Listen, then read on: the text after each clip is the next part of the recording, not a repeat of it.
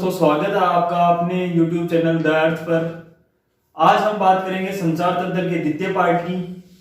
पहले पार्ट में अपन ने संचार तंत्र की भूमिका, उसके बारे में जो शब्दावली है उसका वर्णन किया। आज अपन बात करेंगे विद्युत चुंबकीय तरंगों के संचरण की। विद्युत चुंबकीय तरंगों का संचरण किस प्रकार से होता है वो देखेंगे आज। तो अपन को पता है कि दो प्रकार के एंटीना होते हैं, एक तो ग्राही एंटीना,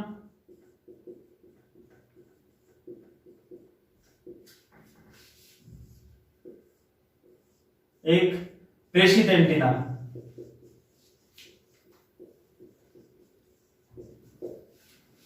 ग्राही एंटीना और प्रेषित एंटीना। प्रेषित एंटीना से विद्युत चुंबकीय तरंगें निकलकर ग्राही एंटीना के पास जाती है, ये अपन को पता है।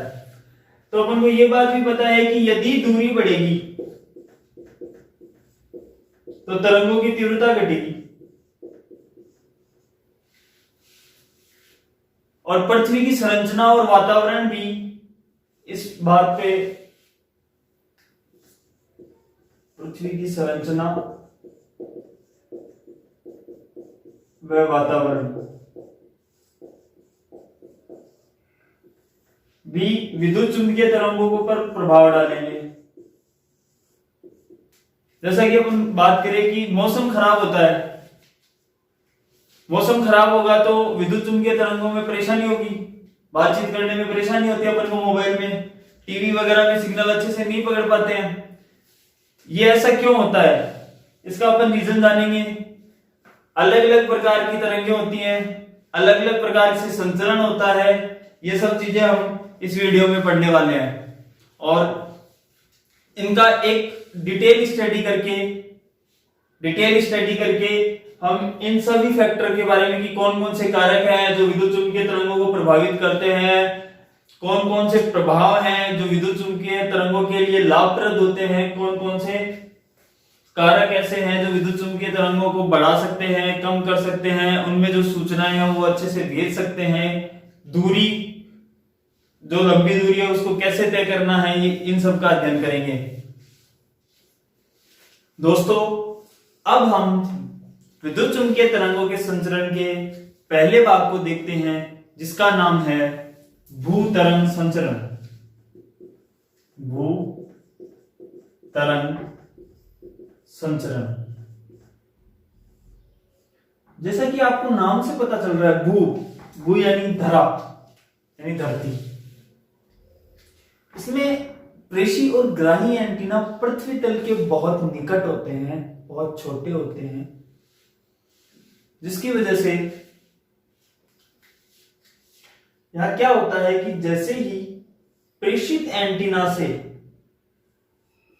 विद्युत चुंबकीय तरंगें जब निकलती हैं तो दो घटक होते हैं विद्युत क्षेत्र के,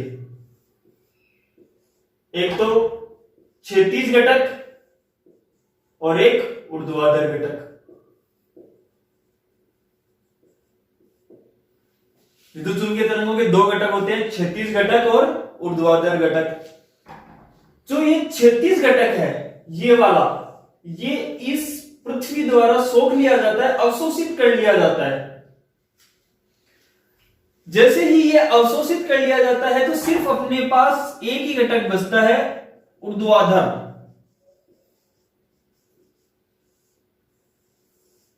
विद्युत क्षेत्र का सिर्फ और सिर्फ ऊर्ध्वाधर घटक बचता है, जिससे इसको कौन सी प्रक्रिया बोलते हैं? पोलराइजेशन, ध्रुवण।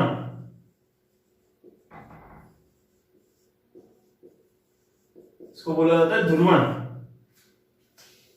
आपको पता है यदि एक घटक अवशोषित कर लिया जाता है तो इसकी दूरी बढ़ने की बजाय कम हो जाती है। यदि दूरी बढ़ाएंगे तो तीव्रता घटेगी, यदि तीव्रता घटाएंगे तो दूरी बढ़ेगी। यह संचरण कम आवृत्ति की तरंगों के लिए उपयुक्त है। क्यों? क्योंकि तरंगों की आवृत्ति अधिक होगी तो पृथ्वी द्वारा अवशोषण भी ज्यादा होगा। अगर आवृत्ति बढ़ाएंगे तो पृथ्वी द्वारा अवशोषण ज्यादा होगा, और अगर दूरी बढ़ाएंगे तो तीव्रता कम हो जाएगी। तो इसकी जो आवृत्ति होती है वो 1 मेगाहर्ट्ज से कम होती है। किसकी आवृत्ति? भूतरंग संचरण की आवृत्ति 1 मेगाहर्ट्ज से कम होती है। और इसकी अधिकतम परास यानी ये ज्यादा से ज्यादा कितनी दूरी तक जा सकती हैं, तो वो है 500 किलोमीटर। यदि इससे ज्यादा अपन को सूचनाएं भेजनी है तो हम भूतरंग संचरण द्वारा नहीं भेज सकते हैं। दोस्तों अब बात करते हैं आकाश तरंग संचरण की। जैसा अपन ने देखा भूतरंग संचरण में जो प्रेषी और ग्राही एंटीना होते हैं वो पृथ्वी तल के बहुत पास होते हैं। अब आकाश तरंग संचरण की बात करें तो इसमें भी 2 एंटीना होंगे, प्रेषी एंटीना और ग्राही एंटीना। परंतु यहां जो है अपन ने देखा कि भूतरंग संचरण में जो तरंगे थी वो पृथ्वी तल के निकट थी। यहां ऐसा नहीं होगा। आपको पता है कि अपनी पृथ्वी से एक परत वातावरण की जिसका नाम क्षोभ मंडल है, क्षोभ मंडल, जो कि पृथ्वी तल से 12 किलोमीटर ऊपर है। कितने किलोमीटर ऊपर है? 12 किलोमीटर। अब ये क्या होता है, यहां से विद्युत चुंबकीय तरंगे निकलेंगी प्रसारण के लिए, यहां पे आके टकराएंगी। अब इस बिंदु पर क्या होगा, एक माध्यम से दूसरे माध्यम में जाएंगी तो क्या होगा, अपवर्तन होगा। अपवर्तन होने की वजह से ये कुछ मुड़ेगी अपने कुछ कोण पर, और ये अपवर्तन के बाद पृथ्वी की ओर मुड़ जाती हैं। ये बात आपको याद रखनी है। यहां अपवर्तन होता है और किस ओर मुड़ती हैं? पृथ्वी की ओर। आप ये देख सकते हैं कि ये जो दूरी है, परास है, ये भूतरंग संचरण से ज्यादा हो सकती है। यहां अहम भूमिका, अगर ऐसा बात करें कि यहां पे कौन सा ऐसा कारक है जो इसकी तीव्रता को कम कर सकता है, तो वो है बादल। इस संचरण में बादल की उपस्थिति बहुत महत्वपूर्ण होती है। कैसे? क्योंकि अपन को पता है जो परावैद्युतांक शुष्क वायु का जो परावैद्युतांक है नम वायु का, इनमें से किसका ज्यादा होता है?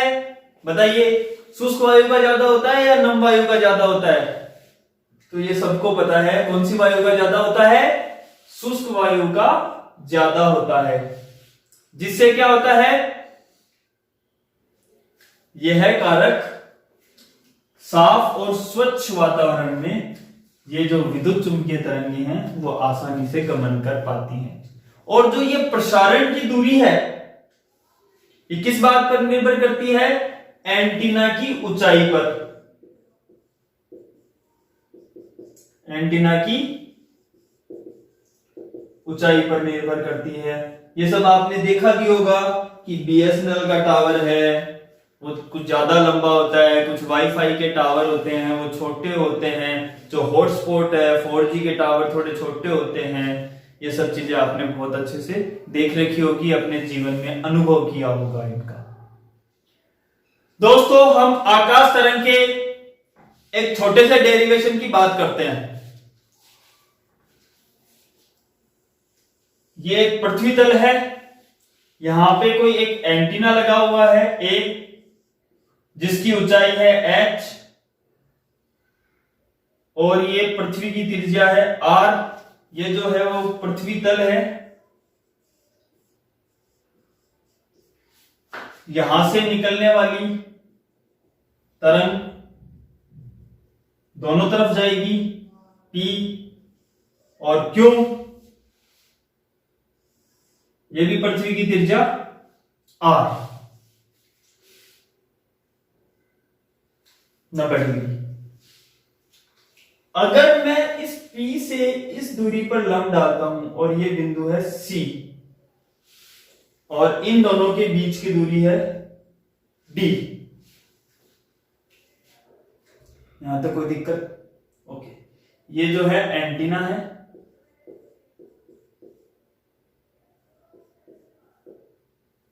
यहां तक कोई दिक्कत?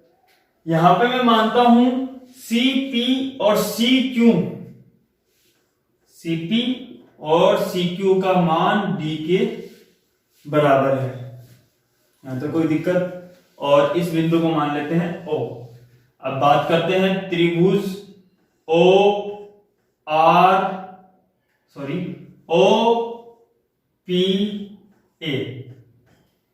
देखो OPA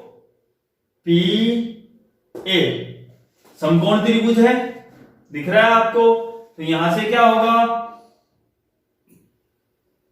AP square plus OP square equals to OA square, जो कि एक पाइथागोरस प्रमेय है जो आपने पहले पढ़ रखी है।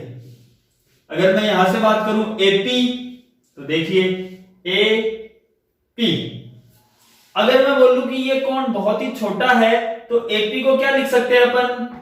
PC के बराबर। AP यदि लगभग PC के बराबर है और उसका मान कितना है?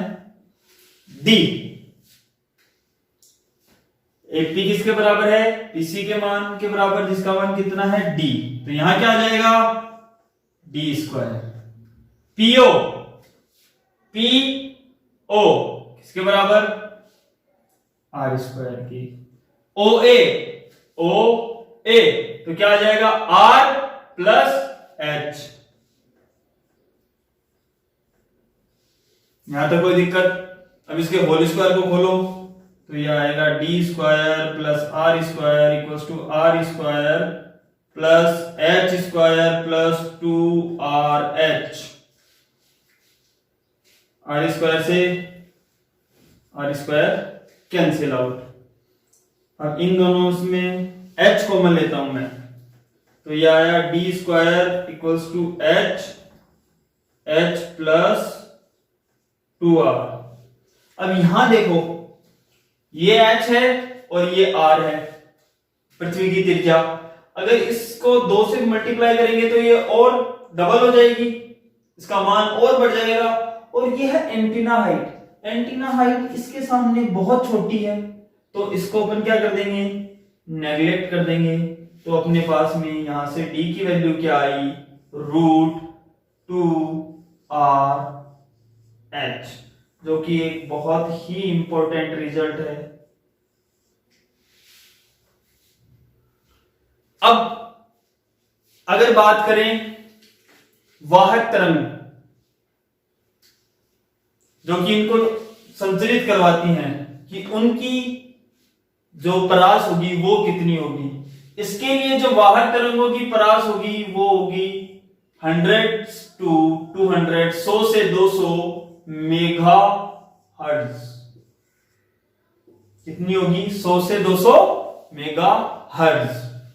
सबसे इंपॉर्टेंट जो रिजल्ट है, D बराबर √2RH।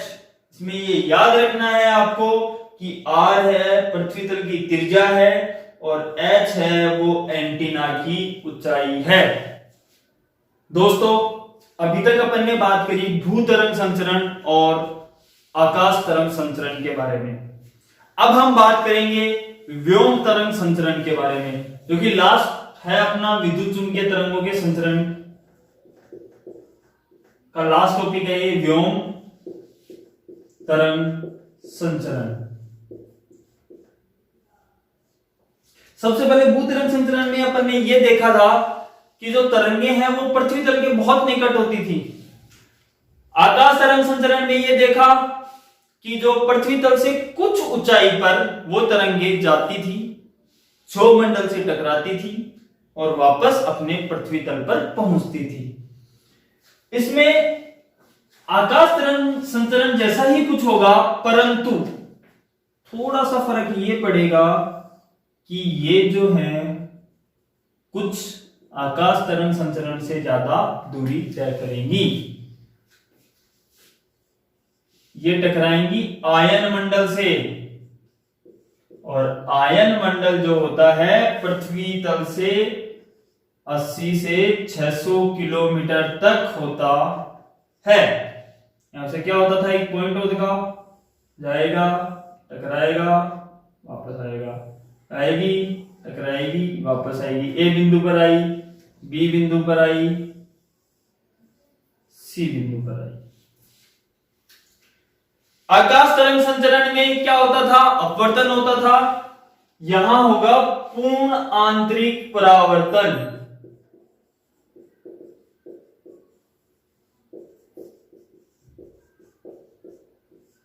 अब पूर्ण आंतरिक परावर्तन क्या होता है, जब कोई किरण या तरंग किसी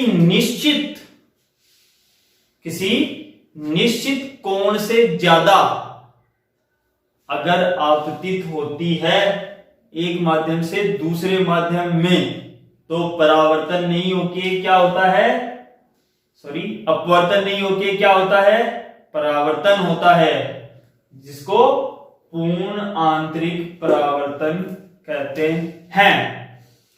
अगर अपन बात करें कि ये किस प्रकार से इसका अपवर्तनांक जो आयन मंडल है घटता है, बढ़ता है, किस प्रकार से कौन कौन से कारक इनको प्रभावित करते हैं, तो देखो, इलेक्ट्रॉन तथा कम घनत्व वाली गैसों के आयन होते हैं। यहां पे आपको पता है, इलेक्ट्रॉन तथा कम घनत्व वाली गैसों के क्या होते हैं यहां, आयन। तभी तो इसको आयन मंडल बोला जाता है। यहाँ बहुत सारे आयन होते हैं, इलेक्ट्रॉन होते हैं, और बहुत सारी जो हल्की गैसें हैं, हाइड्रोजन, हीलियम, इनके आयन्स होते हैं। अब आपको पता है कि इलेक्ट्रॉन घनत्व ऊंचाई के साथ बढ़ता है। क्या होगा, इलेक्ट्रॉन घनत्व क्या होगा, जैसे जैसे अपन 80 किलोमीटर से 81, 82, 83, 84, 600 तक जाएंगे, इलेक्ट्रॉन घनत्व क्या होगा, बढ़ेगा। किसके साथ, ऊंचाई के साथ, जिससे क्या होगा, अपवर्तनांक का मान घटेगा, अपवर्तनांक घटेगा। तो कुछ तरंगे यहां ऐसी भी होंगी जो बिल्कुल सीधा निकल जाएंगी, जिनका परावर्तन होगा ही नहीं, बिल्कुल ही नहीं होगा। और अब इसको प्रभावित कौन कौन से कारक करेंगे, अगर इनकी बात करें तो पहला कारक तो क्या होगा, परावर्तन। देखो ये वापस कैसे आ रही है पृथ्वी पर, प्रभावित करने वाले कारकों में सबसे पहला कारक कौन सा होगा, परावर्तन। ये कारक कैसे हुआ, अगर तरंगों का परावर्तन होगा ही नहीं तो क्या वो तरंगे वापस पृथ्वी पे आ पाएंगी, बिल्कुल नहीं आ पाएंगी। दूसरा कारक आवर्ती।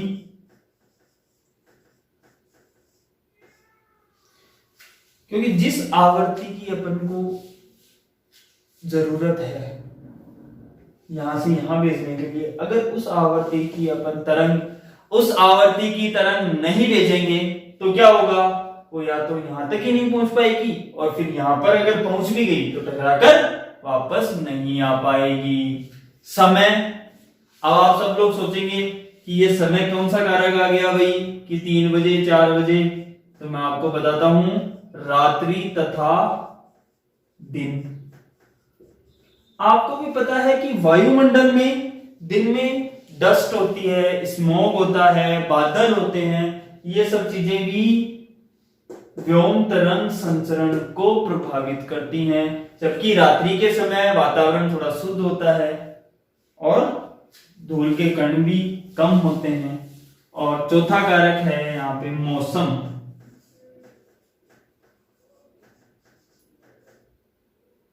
और ये लास्ट कारक आदि।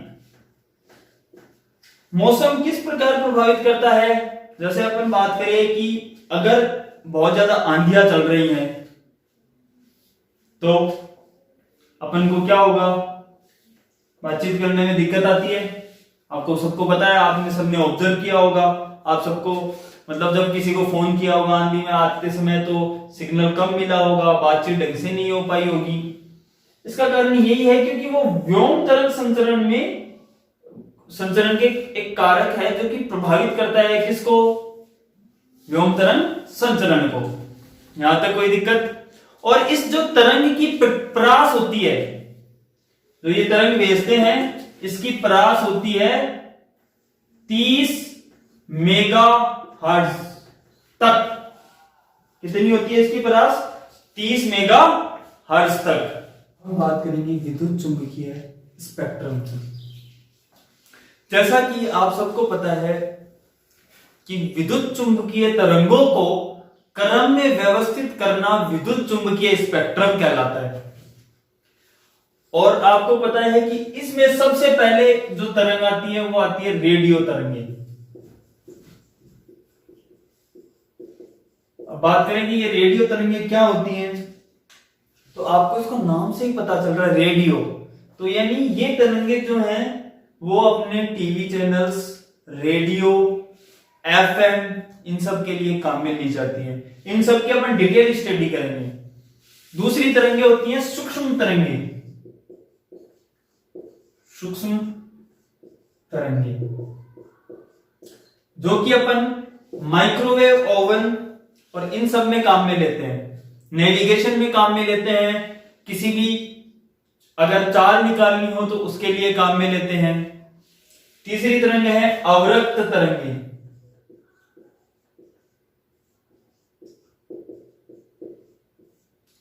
ये तरंगे हम टीवी के रिमोट में काम में लेते हैं या फिजियोथेरेपी में काम में लेते हैं, काय चिकित्सा में।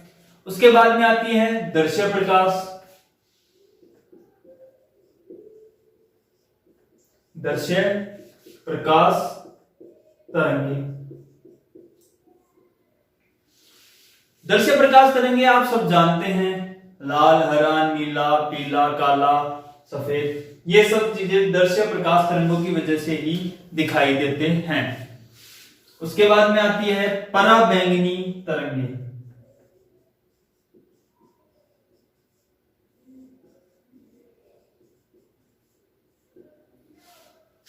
पराबैंगनी तरंगों के बारे में सब लोग जानते हैं। इसका मुख्य स्रोत क्या है?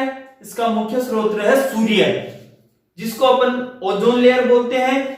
वो इन्हीं तरंगों से अपन को बचाता है, जो कि अपन कहते हैं कि ओजोन जो लेयर है वो टूट रही है धीरे धीरे, उसको जो फ्रीओन है, जो फ्रीज है, इन सबको कम यूज करो, वो इसी के लिए बोलते हैं अपन।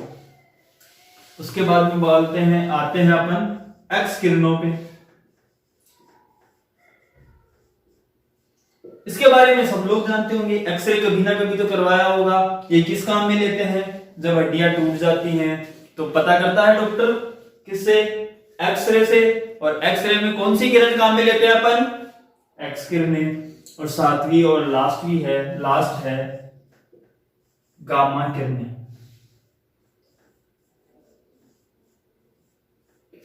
अब हम इन सब की परास, इनका उपयोग और इन सब की जो अपन यूजेज हैं, इनको किस प्रकार से काम में लिया जाता है, इनका स्रोत कितना है, इनकी तरंगदैर्घ्यता कितनी है, इन सब का किस प्रकार से ये एक दूसरे को रिलेट करते हैं, कौन सी चीज में क्या काम में आती है, टीवी किस तरंग पे काम करता है, एफएम किस तरंग पे काम करता है, और किस किस में क्या क्या हानियां हैं, ये सब चीजें अपन अभी देखेंगे। दोस्तों रेडियो तरंगों की उत्पत्ति तारों में त्वरित आवेश के कारण होती है। जैसा कि आप ये सब चीज जानते हैं कि जो रेडियो तरंग है वो त्वरित आवेश के कारण उत्पन्न होती है, तथा ये रेडियो तथा टेलीविजन प्रसारण के लिए काम में आती है। और इसकी परास 500 से 1000 मेगाहर्ट्ज के बीच होती है। और अगर इसमें भी अपन डिफाइन करें टीवी और एफएम के लिए, तो टीवी और एफएम के लिए अलग अलग बैंड बनाए हुए हैं कि इस बैंड में टीवी चलेगा, इस बैंड के लिए एफएम चलेगा। तो एफएम के लिए 88 से 108 88 से 108 मेगाहर्ट्ज अलॉट किया गया है अपन को। और टीवी के लिए 54 से 890 मेगाहर्ट्ज। कितना? 54 से 890 मेगाहर्ट्ज, यानी 54 से 890। इसके बाद में अपन बात करें सूक्ष्म तरंगों की, तो सूक्ष्म तरंगों की तरंग दैर्घ्य 0.0001 से 0.1 मीटर तक होती है। 0.001 से 0.1 मीटर तक होती है। इसका उपयोग नेविगेशन, चाल मापन गनों, माइक्रोवेव ओवन, पदार्थ के परमाणविक तथा आणविक गुणों के अध्ययन के लिए भी किया जाता है। किस किस के लिए?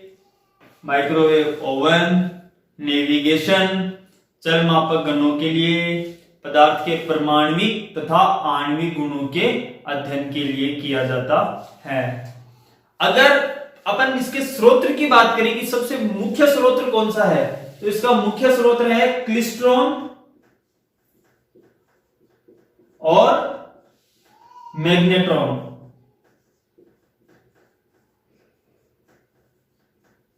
इसके मुख्य स्रोत हैं जिसकी वजह से सूक्ष्म तरंगे उत्पन्न होती है। ओके, अब बात करें अवरक्त तरंगों की, तो ये 1 मीटर से 750 नैनोमीटर तक होती हैं। कहां से कहां तक? 1 मीटर से 750 नैनोमीटर तक। जो अवरक्त तरंगे हैं वो गर्म वस्तुओं द्वारा निकाली जाती हैं। अधिकतर वस्तुएं तो इसका अवशोषण करती हैं, लेकिन अगर बात करें कि ये भाई कहां से निकलती है, इसका स्रोत क्या है, तो वो होती है गर्म वस्तुएं। और इसका उपयोग कहां करते हैं अपन? टीवी के रिमोट में करते हैं, काय चिकित्सा जो फिजियोथेरेपी है आदि में किया जाता है। दृश्य तरंगे, दृश्य तरंगे कहां से कहां तक होती हैं? 380 से 750 नैनोमीटर, 380 से 780 नैनोमीटर तक होती हैं। और अगर बात करें कि कलर में कि कौन सा इनमें से ये कलर कौन सा है और ये कलर कौन सा है, तो जो 380 नैनोमीटर का होता है वो तो होता है बैंगनी, और जो 780 वाला होता है वो होता है लाल, रेड, वॉयलेट एंड रेड। और आपको यह भी पता है कि मानव जो नेत्र होता है वो इन सभी रंगों को देखता है। तो कौन सा ऐसा रंग है जो सर्वाधिक देखना पसंद करता है मानव नेत्र, या जिसके प्रति संवेदन ज्यादा होता है मानव नेत्र? वो होता है 550 नैनोमीटर। और कलर में बात करूं तो पीला रंग, इसके प्रति मानव का जो नेत्र होता है बहुत ही संवेदनशील होता है। और अब बात करें पराबैंगनी की, तो 1 नैनोमीटर से 380 नैनोमीटर, 1 नैनोमीटर से 380 नैनोमीटर। जैसा कि आप सबको पता है कि पराबैंगनी किरणों का मुख्य स्रोत तो क्या होता है? सूर्य होता है। इसकी वजह से क्या क्या होता है? त्वचा का कैंसर, या बात करें कि त्वचा झुलसना। और इसका अवशोषण कौन करता है? जो वायुमंडल में उपस्थित O3 गैस, ओजोन गैस है, वो इसका क्या करती है? अवशोषण करती है। अब इसके उपयोग की बात करें, ये तो इसकी बुराइयां हो गई। अगर इसके अच्छाइयों की बात करें तो इसमें अच्छाइयां क्या क्या है, इसका उपयोग क्या करते हैं अपन, इसका उपयोग करते हैं जल शोधन में। जो जीवाणु होते हैं जो जल में, उनको मारने के लिए पराबैंगनी किरणों का उपयोग किया जाता है। ठीक है। और जो आपने लेसिक नाम सुना होगा, LASIK, जो कि अपन आंखों के लिए करवाते हैं, तो उसमें भी पराबैंगनी किरणों का उपयोग किया जाता है। यहां तक कोई दिक्कत?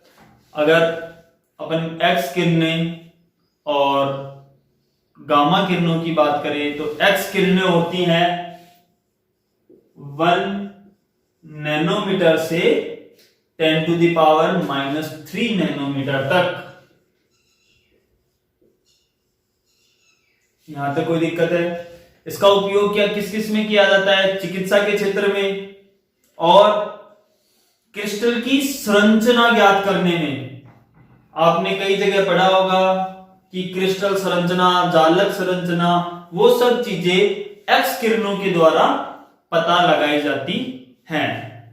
अगर गामा किरणों की बात करें तो इनकी परास होती है 10⁻⁻10 से 10⁻⁻14 मीटर।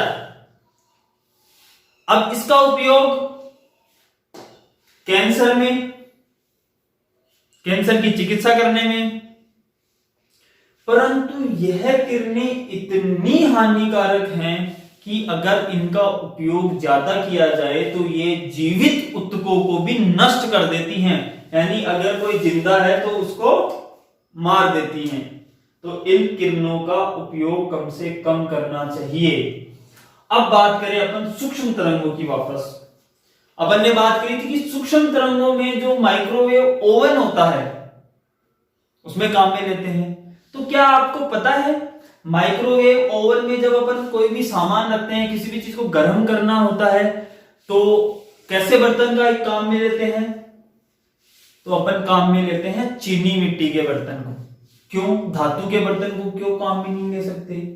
क्योंकि आपको पता है कि यदि धातु का बर्तन काम में लिया जाएगा तो सूक्ष्म तरंगें वहां से होके निकलेंगी, उस बर्तन के अंदर से निकलेंगी, और उस बर्तन के अंदर से निकलेंगी तो आपको पता है कि उसमें धातु के अंदर इलेक्ट्रॉन्स होते हैं, जिसकी वजह से क्या हो जाएगा? आयनन हो जाएगा। और जैसे ही अपन बर्तन को निकालेंगे तो अपने करंट लगने की संभावना 100% तक रहती है, बहुत ज्यादा रहती है। इसीलिए माइक्रोवेव ओवन में किसी भी वस्तु को रखते हैं तो किसका काम में लेते हैं? चीनी मिट्टी के बर्तनों को काम में लेते हैं। और ये सब चीजें ध्यान में रखनी होती हैं आपको। और जो अपन बात करें कि ये सब चीजें कैसे काम में ली जाती है, क्यों काम में ली जाती है, तो ये सब अपन ने देखा कि सब चीजें कैसे काम में ली गई। अगर आपको कोई भी डाउट हो तो आप जरूर कमेंट बॉक्स में करें और उसका आपको रिप्लाई जरूर मिलेगा। धन्यवाद। हम इसके बाद में अब पढ़ेंगे मॉड्यूलन, और इसको लाइक करें, सब्सक्राइब करें, और जिस भी स्टूडेंट को जरूरत हो उसको शेयर करें। धन्यवाद।